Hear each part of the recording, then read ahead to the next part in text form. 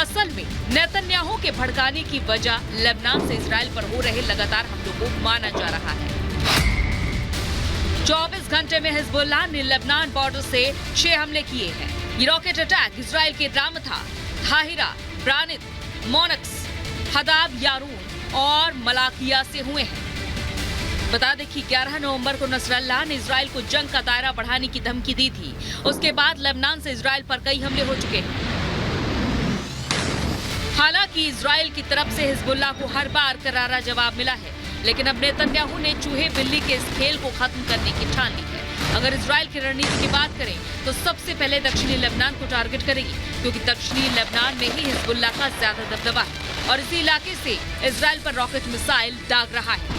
जब एक माहौल बनेगा एक्सचेंज का, समझौते का, तो आप देखेंगे कि ये जो लड़ाई की जो इंटेंसिटी है वो कम हो जाएगी और आई थिंक इस समय हमास के वो फेवर में जाती है और इजराइल के अगेंस्ट जाती है। इजराइल का इसमें सिर्फ इंटरेस्ट है होस्टेज, क्योंकि उसके इमोशनली दिली कमज़ोर ये टॉपिक है, उसके देश में भी, उसके कैरेक्टर को दिखाने में भी कि यस ह्यूमैनिटेरियन ग्राउंड्स पर हम कुछ भी रोक सकते हैं। But as a army man मैं ये ज़रूर कहूँगा कि ये मोमेंटम जो इस समय इजराइल ने बनाया है वो टूटेगा ज़रूर अगर आप 3 से 5 दिन की बात करते हैं, क्योंकि फिर माहौल सेट हो जाएगा और एक्सचेंज। असल में ईरान के इशारे पर हिजबुल्लाह लेबनान फ्रंट एक्टिव रखना चाहता है ताकि इजराइल को एक साथ 2 मोर्चे पर उलझाया जा सके और इजराइल में हथियारों का संकट पैदा हो। लेकिन अब नेतन्याहू के ऐलान के बाद ये सवाल उठने शुरू हो गए हैं कि क्या आईडीएफ हिजबुल्लाह का भी वही हाल करेगी जो उसने गाजा में हमास के साथ किया था। Bureau report, Republic Bharat.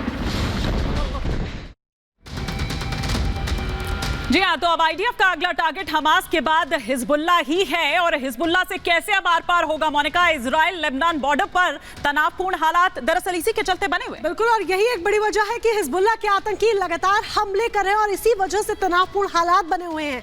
Missile, rocket लगातार हिजबुल्लाह फायर करता हुआ नजर आ रहा है। बिल्कुल, और साथ ही साथ जवाब में लड़ाकू विमानों से भी हमले कर रही है। उधर अगर आईटीएफ की बात की जाए, अब उसका टारगेट दरअसल हिजबुल्लाह भी है हमास के साथ साथ। आईटीएफ की तोपों से भी आतंकी ठिकानों पर गोलाबारी की जा रही है। मतलब एक साथ 2 फ्रंट पर लड़ रहा है इजराइल। लगातार 2 फ्रंट पर लड़ाई लड़ता हुआ इजराइल लेबनान सीमा पर आईडीएफ जवानों की भारी तैनाती इसी वजह से देखने को मिल रही है। आईटीएफ ने लोगों से दक्षिण लेबनान छोड़ने तक के लिए कह दिया है। जी हाँ, और आईडीएफ ने दक्षिण लेबनान तो छोड़ने को कहा ही है, साथ ही साथ लेबनान हिजबुल्लाह को इजराइल की जो चेतावनी है वो भी जारी की गई है। चेतावनी ये कि अगर तनाव बढ़ता है तो तनाव बढ़ने पर लेबनान में घुस सकती है आईडीएफ। तो हिजबुल्लाह ये हिमाकत ना करे, उसका भी वही हाल होगा जो दरअसल गाजा में हमास का हुआ है। बिल्कुल, और इस बीच युद्ध क्षेत्र से बड़ी खबर आपको बता देते हैं।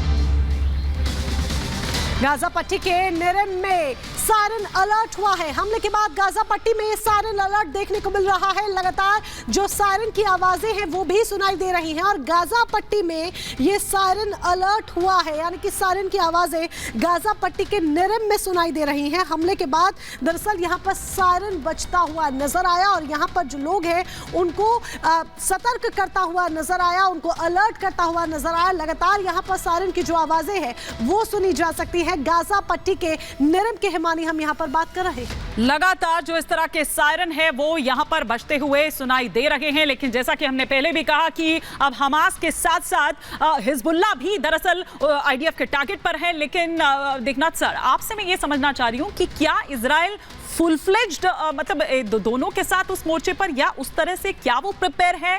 जाहिर सी बात है कि तभी इस तरह की जो स्टेटमेंट्स है वो आईडीएफ की तरफ से आ रही है। देखिए, आईडीएफ को जो सरकारी तौर पर जो हुक्म मिला है वो नंबर 1 प्रायोरिटी एम है गजा में हमास का नाश करना। जहां तक उत्तर में हिजबुल्लाह के साथ युद्ध है वो सेकंड फ्रंट है, सेकंड प्रायोरिटी है। वहां पर आईडीएफ का आकलन यह है कि हिजबुल्लाह जो है वो बॉर्डर क्रॉस करके इजराइल में घुस के हमला नहीं करेगा। हिजबुल्लाह बॉर्डर के उत्तर में ही रहेगा और वहीं से रॉकेट फायर करता रहेगा।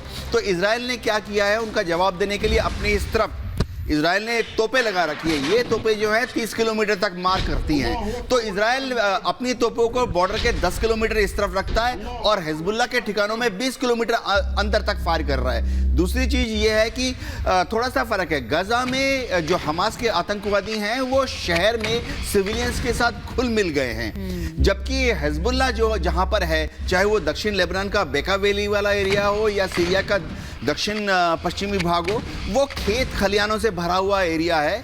तो हिजबुल्लाह खेत खलियानों से ऑपरेट कर रहा है। तो इजरायली एयरफोर्स को भी बड़ी आसानी हो जाती है क्योंकि आसपास सिविलियन कैजुअलिटीज हमास से कहीं ज्यादा ताकत रखता है हिजबुल्लाह। जी हाँ, हिजबुल्लाह के पास आंकलन ये है कि 1.5 लाख रॉकेट्स हैं।